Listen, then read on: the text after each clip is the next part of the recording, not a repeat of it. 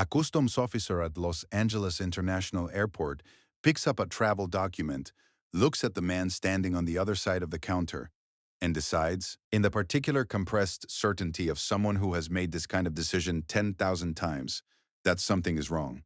Not with the document. The document is fine. With the man. Si tercet. Not as procedure. Not as protocol. As a statement about who belongs in this line and who she believes does not. The man in the worn jacket and the dark jeans watches the paper come apart in her hands. He does not move. He does not raise his voice. He asks quietly if she can tell him what the problem is. She does not answer. She does not know that in the departures terminal above them, there is a room called the Reeves Welcome Center, named for the man standing in front of her. Funded by a foundation he has maintained quietly for 6 years. She does not know that this morning, in that room, 3 families from Eritrea are being welcomed to the city they have spent 4 years waiting to reach. She does not know any of this. She tears the document again. There is a customs hall on the arrivals level of Terminal B at Los Angeles International Airport.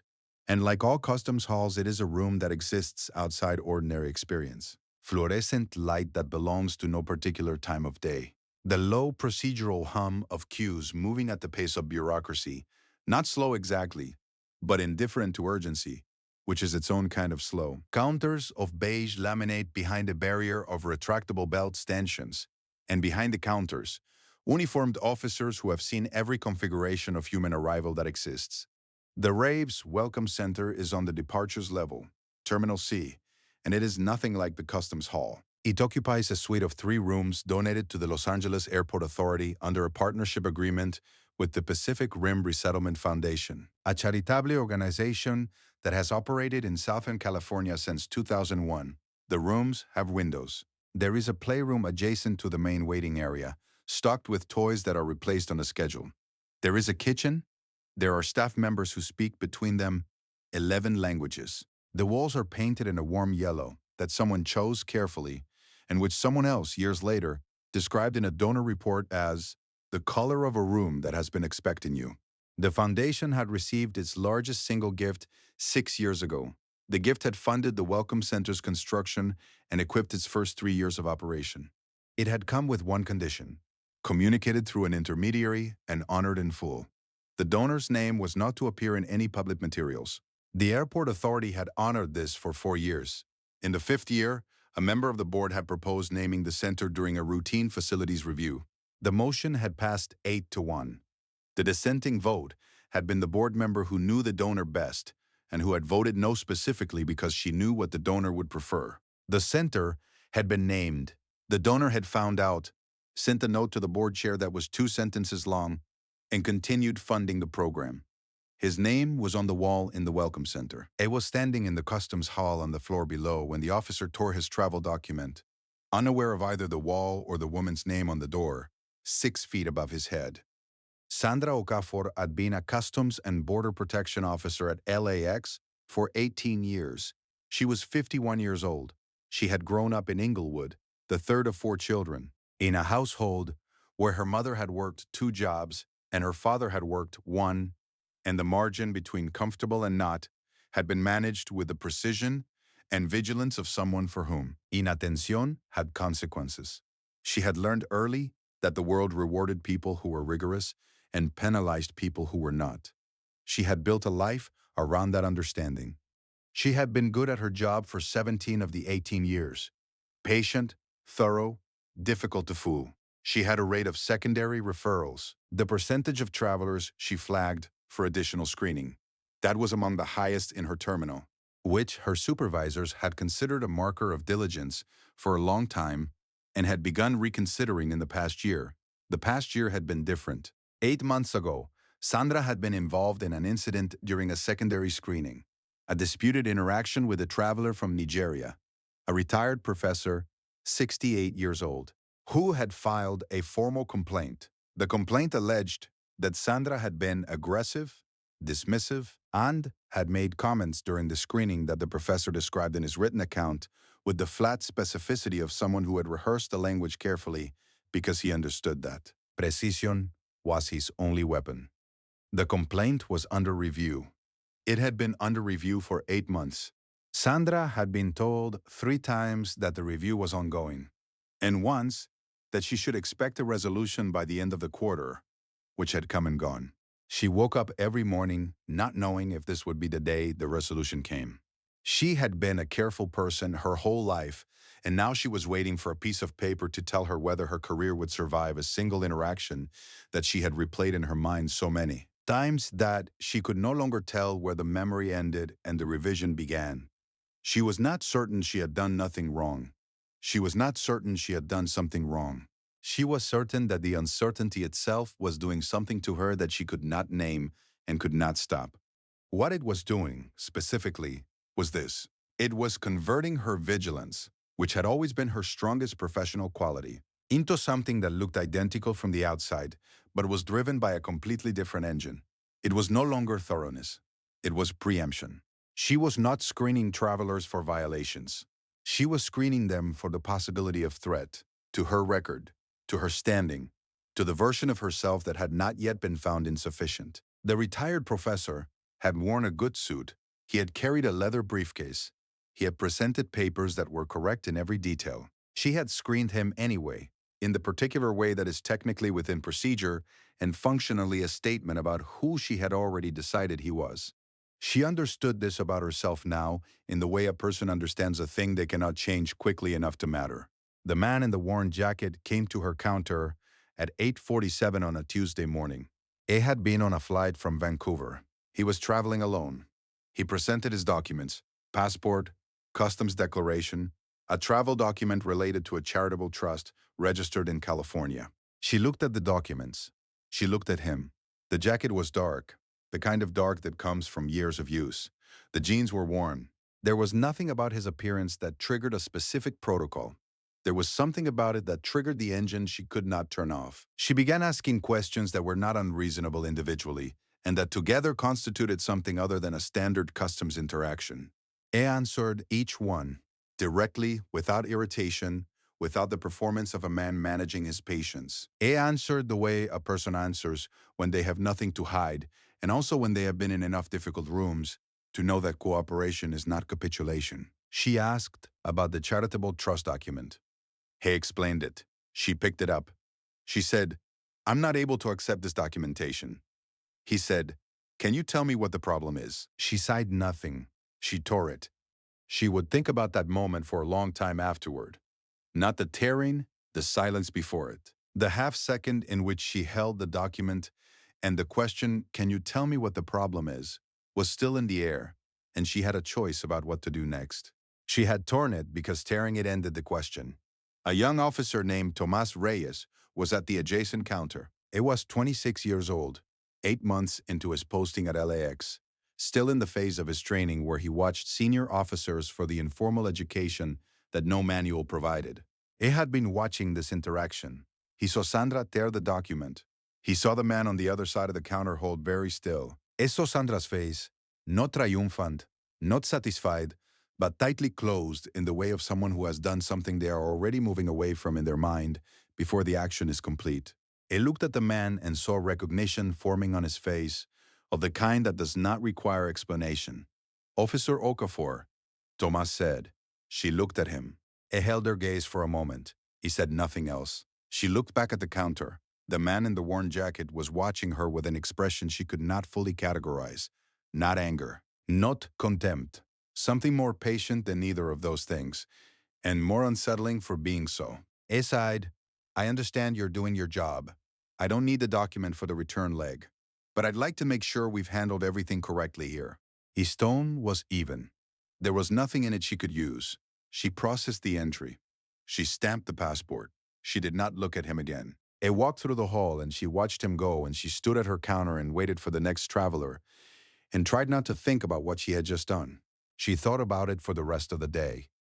3 floors up and 1 terminal over, a woman named Amara Tesfaye was sitting in the Reeves Welcome Center with her husband Daniel and their 2 children, a daughter, 9, and a son, 6, drinking the coffee that a staff member named Patricia had made and watching her daughter explain something to her son in Tigrinya with the authority of an eldest child who has understood for some Deem it that her job in this family is to be the person who explains things. Amara and Daniel had been in the resettlement process for 4 years. They had left Eritrea in 2019. They had spent 14 months in a transit camp in Ethiopia. They had been approved for resettlement to the United States after 11 months of processing. They had waited another 18 months for a flight date. They were in Los Angeles now, in a room with windows and a kitchen and a playroom and walls the color of a room that had been expecting them. Patricia spoke Tigrinya. She had learned it over 2 years specifically for this work. She had gotten it wrong many times and been corrected patiently by the families who came through and had kept learning. She sat across from Amara and explained what would happen in the next 72 hours, the housing placement in the San Fernando Valley, the initial benefits enrollment, the school registration for the children. She explained it in the order families most needed to hear it. Where you are sleeping, where the children will go, what happens Monday. Amara listened. She asked one question. Is it safe? Patricia said, yes. Amara looked at her daughter explaining something to her son. She said, all right. Tomás Reyes looked up the name from the passport later that afternoon. Not as an official action. He had no reason to run a search, but because the recognition on the man's face when Sandra tore the document had produced a recognition in Tomás that he wanted to verify. He verified it. He sat with that for a while. He had been in this job for 8 months. He had been watching Sandra Okafor for 8 months. The thoroughness, the referral rate, the precision that had curdled over the months he had known her into something he did not have a word for yet. He had a word for it now. He had several. Ed did not know what to do with what he knew. He thought about it overnight. He came in the next morning and asked Sandra if she had a few minutes before her shift. She sighed yes. They stood in the corridor outside the locker room, which was not a private space exactly, but was quiet enough. He said, yesterday morning, the man with the Vancouver flight. She sighed. What about him? I need to tell you something about him, Tomas said. Not because it changes what happened, because I think you should know. It told her about the Welcome Center. He told her about the foundation. He told her the name on the wall, one level above where she had torn a document. Sandra stood in the corridor and listened, and did not say anything. Tomas Said, I'm not telling you so you feel worse. I'm telling you because I think you already know that what happened yesterday was not about his papers. Sandra looked at the floor. I know, she said. Her voice was flat. Not defensive. Emptied out. The review, she started. I know about the review, Tomas said.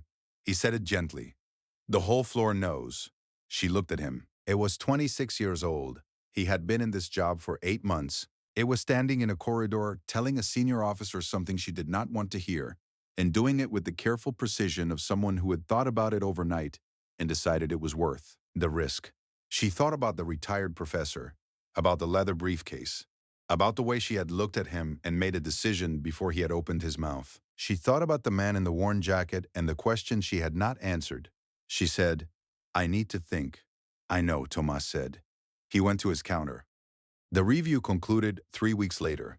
Sandra received a formal reprimand for the incident involving the Nigerian professor and was placed on a performance improvement plan for 90 days. The plan required monthly meetings with a supervisor and a documented review of her referral decisions. It was not termination. It was the institutional equivalent of a door left open on a condition, which was more than she had expected and which she understood required something from her in return. She requested a meeting with the floor supervisor on the day the reprimand was issued. She asked whether there was a process for submitting a correction to a customs interaction, specifically for flagging an error in her own handling. The supervisor said there was. Sandra filled a correction report on the Vancouver interaction. It was the first correction report she had filed in 18 years. The report documented the destruction of the document and noted, in the flat procedural language the form required, that the action had not been warranted by the traveler's documentation or behavior. She did not know if the report would reach anyone who would act on it. It reached the desk of the LAX Airport Authority's compliance officer, who flagged it as unusual. Self-filed corrections were rare, and passed it to the Community Liaison Office. The Community Liaison Officer, a woman named Grace Tomlin, who had been in the role for 11 years, and who knew the foundation and the Welcome Center and the name on the wall, read the report and sat with it for a day. Then she wrote a letter. The letter reached the foundation's administrative office 2 weeks after Sandra filed her report. It described the interaction, referenced the correction report, and noted that the officer who had filed it had done so voluntarily, without prompting, under a performance review that made the filing personally costly rather than professionally strategic. It asked whether the foundation wished to respond in any way. The foundation's response came back in 4 days. It was brief. It said the foundation did not pursue individual interactions through formal channels. Each side it would welcome the opportunity to offer a staff orientation at the Welcome Center, not for the Customs Hall specifically, but for airport personnel generally. As part of the foundation's community partnership work, it asked if Officer Okafor might be interested in attending. Sandra attended on a Thursday morning in November. She wore her uniform because she was going before her shift. She sat in the main room of the Welcome Center with 6 other airport staff, GATE agents, a TSA supervisor, a facilities coordinator, and listened to Patricia explain the resettlement process from the beginning. Patricia talked for 40 minutes. She talked about the transit camps and the processing timelines and the 14 languages spoken by families who had passed through this room. She talked about the particular experience of arrival, the exhaustion, the relief, the terror of a new country, and the specific significance of the first room a family enters when they land. She sighed. Most of these families have been in bureaucratic processes for 2 to 4 years before they arrive here. They have had their documents examined, their stories questioned, their identities verified and re-verified more times than most of us will experience in a lifetime. When they come through this airport, the first official interaction they have on American soil shapes something. We try to make sure what it shapes is the understanding that they are expected here. Sandra sat in the yellow room and listened and did not look at the name on the wall behind her. After the orientation, Patricia asked if anyone had questions. Sandra did not ask a question. She stayed after the others had left and told Patricia she was the officer from the correction report. Patricia looked at her for a moment. "I know," she said. "I wanted you to know that I know what this room is," Sandra said, "and who built it, and what I did." Patricia said, "What do you want to do with that?" Sandra thought about it. "Get better at the job I have," she said. "The one I had before I started doing it badly." Patricia nodded. "Come back," she said. "We do orientations quarterly. Come back and bring someone from your floor." Sandra did. She came back in February. She brought Tomas. Amara Tesfaye's daughter started the 3rd grade at an elementary school in the San Fernando Valley on a Monday in October, which was 6 weeks after the family arrived in Los Angeles. Her name was Miriam. She was 9 years old and spoke no English and understood, in the way of 9-year-olds who have been through 4 years of transit and waiting in arrival, that this was information to be acquired rather than an obstacle to be lamented. By December, she was reading picture books in English. By March, she was reading chapter books. Her teacher, a woman named Miss Adler, who had been teaching 3rd grade for 16 years, told the school's family liaison at the end of the year that Miriam Tesfaye was the most motivated student she had taught. She cited plainly, without superlative inflation, in the tone of a person making an accurate professional assessment. The family liaison passed this along to the resettlement coordinator at the Foundation's San Fernando Valley office. The coordinator noted it in the family's file. They did not know, and had no way of knowing, the chain of events that had connected a torn document in a customs hall to an orientation in a yellow room to a 3rd grade classroom in the valley where a 9-year-old was reading chapter books in, a language she had not known 4 months ago. He just knew that the work was working. That was enough to know. You keep returning to the corridor conversation, not the torn document, not the welcome center, not even Miriam Tesfaye reading chapter books in the valley. The corridor outside the locker room, where a 26-year-old officer stood before a shift and told his senior colleague something she did not want to hear and did it carefully and without cruelty. Tomas Reyes had been in the job for 8 months. He had no institutional standing, no leverage, no protection from the consequences of having that conversation. He had thought about it overnight and decided it was worth doing anyway. Not because it would fix anything, but because Sandra deserved to know what she had done and why. And because he believed that knowing was the condition for something better. That is not a small thing to believe at 26. I think about what Sandra did with it. The correction report, the orientation, bringing Tomas back in February. None of these things erase what you did. They were not meant to. They were the work of a person deciding, under the particular difficulty of a professional review and a performance plan and the daily cost of having looked at herself clearly, to do the job the way it deserved to be done. I am not sure I could file that correction report. I would like to believe yes. But it required naming your own mistake in the institutional language that has spent 18 years validating your judgment. And I do not know how much that cost until you are the one holding the pen. Sandra held the pen. That matters. This story is fictional, inspired by Keanu Reeves' well-known reputation for quiet, sustained generosity and for funding the work that goes unseen because he prefers it that way. Drop a comment and tell me what this one brought up for you. Share it with someone who might need to see what holding the pen looks like. Subscribe if you want to be here for the next one. See you in the next one.